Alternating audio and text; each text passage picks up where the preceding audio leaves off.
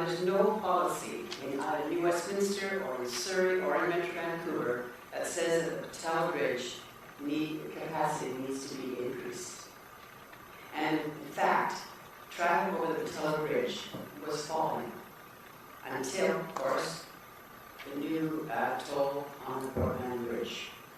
And there has been a significant increase in traffic over the Pattullo Bridge, including truck traffic, and on our arterial and local streets. Ladies and gentlemen, if you have ever driven over the Pattullo Bridge with a great double semi in front of you or behind you, believe me, you feel like you're taking your life in your own hands. These straddle 1.5 lanes. It's quite dangerous. Using the Pattullo Bridge as a free alternative to the tolled Portman Bridge has seriously affected the livability of New Westminster.